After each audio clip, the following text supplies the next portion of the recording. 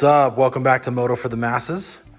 We got our check engine light on, so you know it's time to wrench on some dirt bikes. If you saw the last short, you know what parts we're about to put on the bike. We're about to do some Tusk billet radiator guards and the Achereby's fork shoes. So we've got the bike partially torn down, just so I could show you exactly what we're working with here. And then I can also show you guys the tools we're gonna use. So let's look at the bike first. So obviously we've got our radiators here up front with the factory louvers on. Those are gonna come off. And to get this side fairing off, we gotta remove the seat. Super simple, one bolt here. The seat then slides forward and just lifts out. So if you notice on the seat, we've got two hooks here on the back, one on the left, one on the right. And on the front of the seat, we've got two sections, again, left and right. So there is a lot of positive holding power that the new seats have, which is fantastic. So the rear of the seat is gonna slide into both of those holes. And up here, there is a kind of I don't even know what you would call that, but that metal piece sticks up, allows the seat slide behind it. Obviously there would be one on the left with the fairing, but we've removed that one so we can show you what we're working with here today. Okay, as far as bolt removal goes, your fairing is gonna be positively attached to your louvers and the radiator here and here, two bolts here. The louvers are also attached with a bolt there, kind of hard to see with the lighting, and one there down there. Both of those are both 8mm. These are both 8mm bolts as well. Then there is a small screw hole here. That bolt into the fairing is a 6mm. This you do not need to remove, so don't worry about it. And this piece here is a T30 Torx bit that's gonna go into this piece here. And you'll have an identical, just like this, 6mm bolt on this side. So those all come off, and then the fairing slides backwards actually when it pops off. And we'll show you what that looks like when we take the other one off. But this is all you've got to do to get to the radiators on this, guys. Super easy. Just kind of the whole mantra of the channel, dirt bikes do not have to be hard. We don't have to be in super specialized shops for this. I mean, look, I got a kind of cheap Amazon apron on, and I got my safety sandals. So we're ready to rock and roll and get these parts put on. As far as tools go, a T-handle is fantastic. I use that so much on my dirt bike.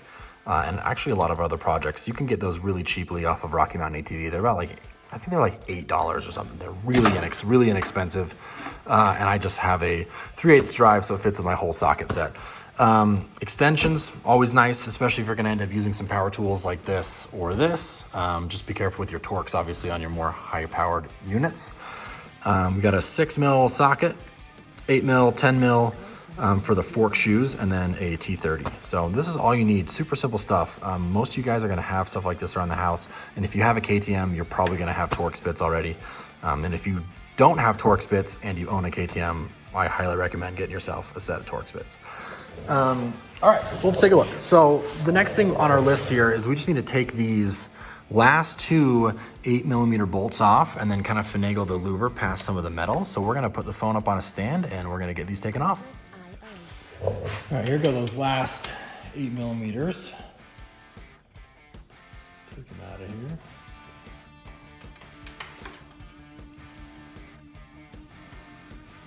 Perfect. Just nice and little, nothing to them. Again, I cannot recommend a T-handle enough. They're excellent for getting in the tight spaces. All right. So next thing is, first of all, I just want to, I'm sorry, I'm gonna unplug here. Oh, jeez. I want to plug these little organization bins. So I've taken a bunch of engines apart. As you can tell, I got an engine stand here. This 2010 250XE fully built engine, bottom and top. So organization, huge. These are just off of Amazon. My wife got them for me for Christmas once upon a time. So those are awesome. Get yourself something. I mean, I've done an entire CRF 450R engine rebuild with Ziploc bags and a Sharpie. So whatever works for you works. You don't need to go out and spend a bunch of money, but if you want to spend 10 bucks on a bunch of these plastic bins that stack together when you're not using them, super useful. I highly recommend those. So All right, let's see if we can pop this radiator louver off, and I'll show you where the tusk one's gonna go, which is in the exact same spot. Let's see how difficult this is gonna be. Well, not too bad, that came off okay.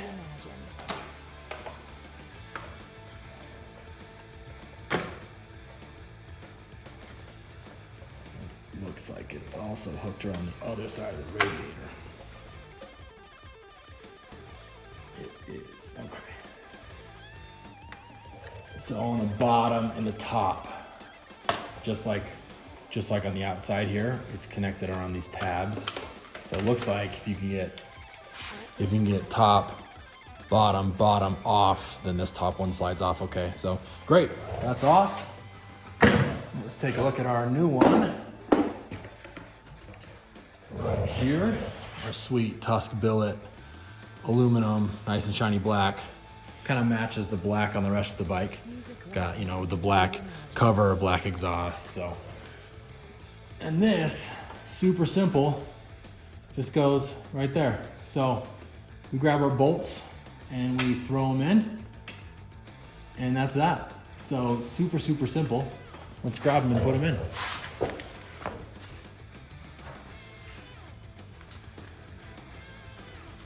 We'll grab a light too, see if we can't help ourselves out with some light in here.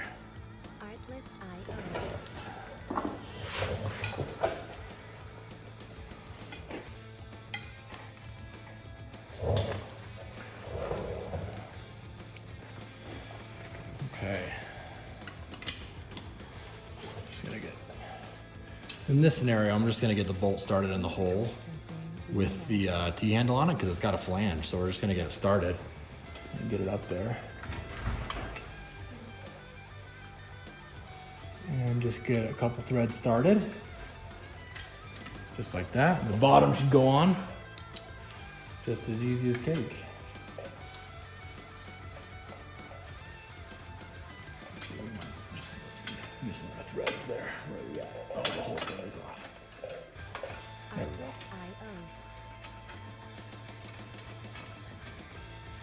Okay, just like that. And of course, it's a little wobbly because it's expecting the fairing to be here with the two screws going into the fairing.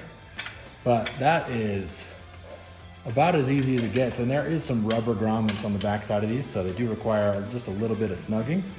But that's it.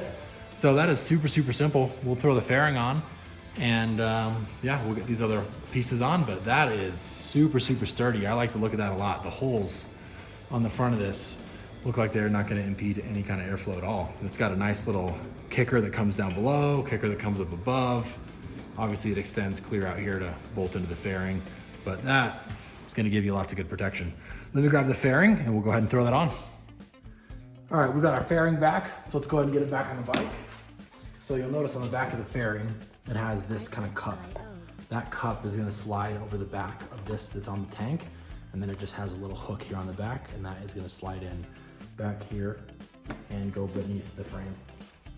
So pretty simple. Just gonna wanna make sure we line it up right.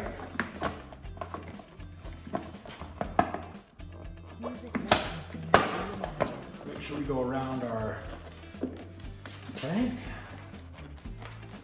Okay, that's pretty good. We're not quite on yet though. There we go. All right, perfect. Looks like we were just hung up actually on the new radiator guard we just installed, so pay attention to that. Now our bolt holes are lined up. So we will start out with this nut here on the top. And I'll get the thread started, and then we'll pick the phone up so everybody can see what we're working with here.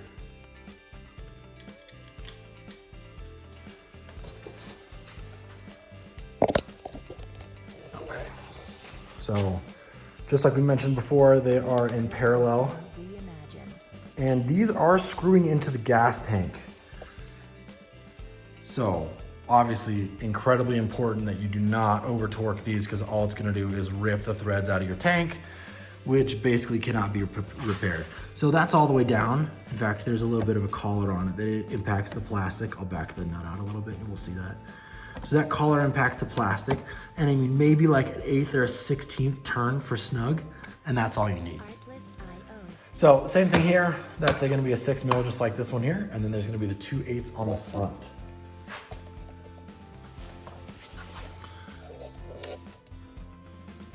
Okay, and we've swapped the T-handle out. We have our adapter to go from 3/8 down to 1/4. And you guys can't see that at all. 3/8 down to 1/4 there. Just a nice little nifty adapter down to our 6 mil. And we're gonna put in one here and one here.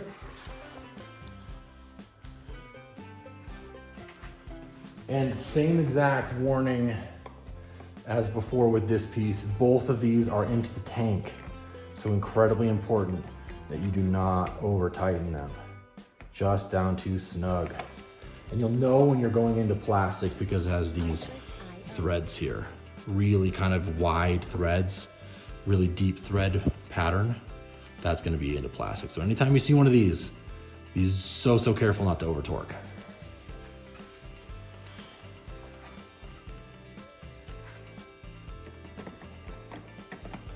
Music licensing reimagined.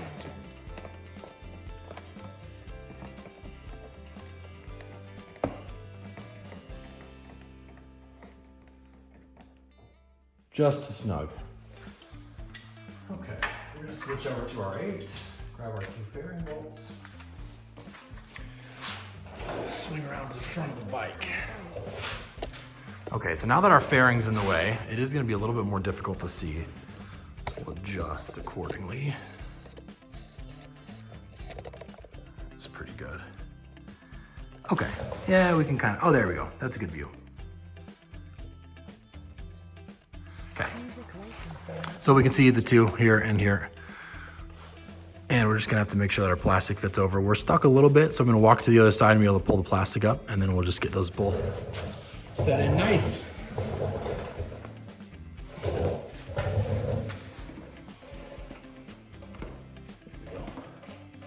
Perfect. See if we can get these started. It's the one thing about these KTMs, these new fairings are so long. I haven't noticed them being any kind of a problem other than kind of this scenario, I guess. But out on the trail, I don't notice them at all. I've seen guys doing all kinds of like cuts on these to like kind of reshape them, but again, average rider, average garage, average tools. We're not too worried about it. I'm sorry if my big head is blocking this, but I gotta be able to see to get these started.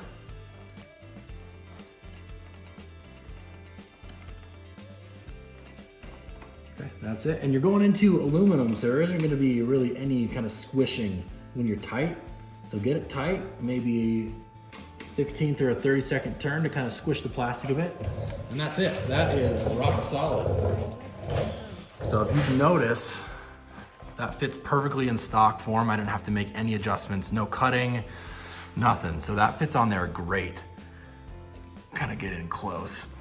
That's pretty impressive. I'm happy with that. A lot of the comments people were making when looking at Tusk pieces is they worry about fitment or having to make major adjustments to the bike in stock form, and that went on with no adjustments whatsoever. So here's just the difference between stock and the aftermarket Tusk protectors. So there's the Tusk on the right-hand side, and we'll flip over and look at our stock louvers here. So there it is. As far as aerodynamics go, there could be an argument made that at really high speeds, that the louvers are better because they slow the air down to make it go through your radiator correctly. But again, I'm not racing here. I just like to ride dirt bikes for fun. And I would rather make sure I'm protected in the case of me throwing it on the rocks, which is far more likely than me going, 80 miles an hour, wide open throttle. So I'm super happy with these. These look fantastic. We're gonna throw the other side on and then we'll get to. I'm gonna be a proud garage dad for a second. I built these stands just out of some 2x4s and plywood I had left over from some over the head shelf projects. And being able to park a car in here, and I have 5 bikes in this garage right now. So space is obviously a premium.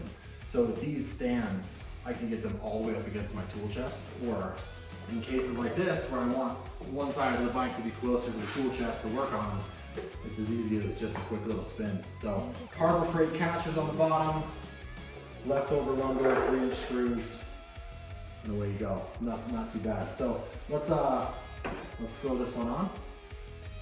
We'll time lapse that so you guys don't have to suffer through that. And we'll come back with the fork shoes.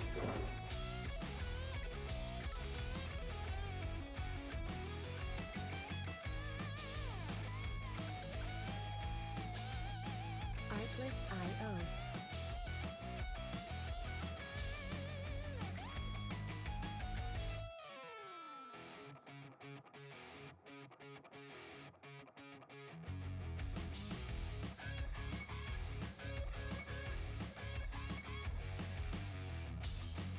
Music licensing reimagined.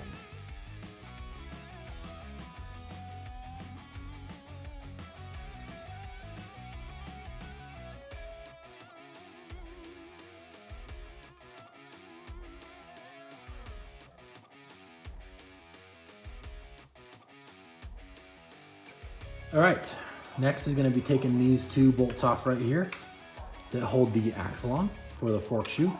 It just goes right there and is held on by those bolts. So super simple. So since we are taking off and we don't care about torque, we're gonna just use a gun.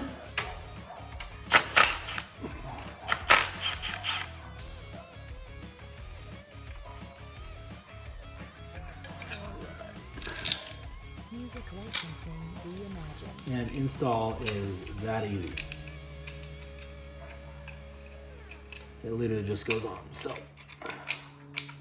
about as easy as it gets mods wise. And now we're just gonna zip these in now that they're finger tight. Or sorry, now that they're started by hand. Artlist.io. Gonna go zip them on. Okay. And we are gonna torque them. Anything to do with your axles, I highly advise that you give them a good torque.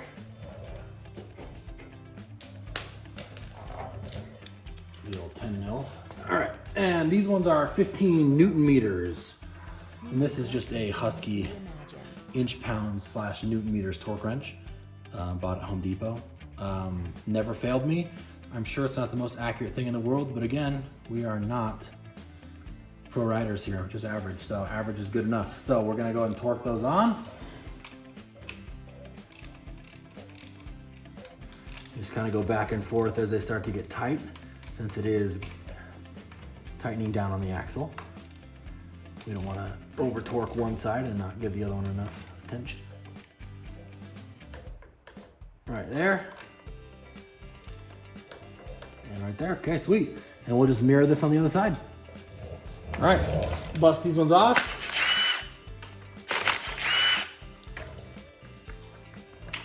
Music licensing. Slide our fork shoe on. Make sure it's lined up.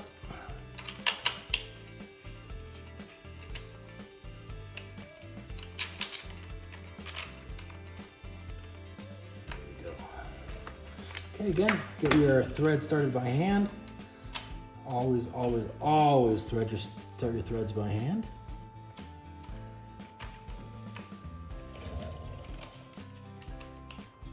Artlist.io.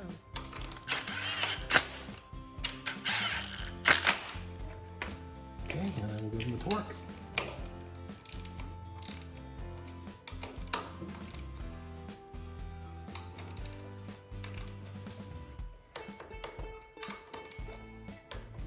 Music licensing reimagined.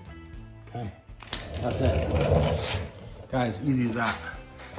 Go straight on, they give you access to your axle bolts. Easy as that, guys. Do not pay shops to do stuff this easy, okay? There it is, radiator shrouds. Bolted on, fork guards bolted on, and that took me, I don't know, 25 minutes in the garage, and I'm filming it at the same time, so yeah, hand tools is all you need. All we gotta do left is get the seat back on, put some fuel in it, and we're taking it out on Saturday again. We're gonna bring the GoPro this time so we can give you guys some footage of me actually riding it. You guys can see the difference between the white and the green maps, but that's it. So thanks for hanging out for those parts installs. There'll be more coming, I'm sure. When it's time to do oil changes, when it's time to do air filters, We'll do all that stuff. So guys, dirt bikes don't have to be hard. So we'll go ahead and we'll get our check engine light turned off because dirt bike time is done, and we'll check you next time.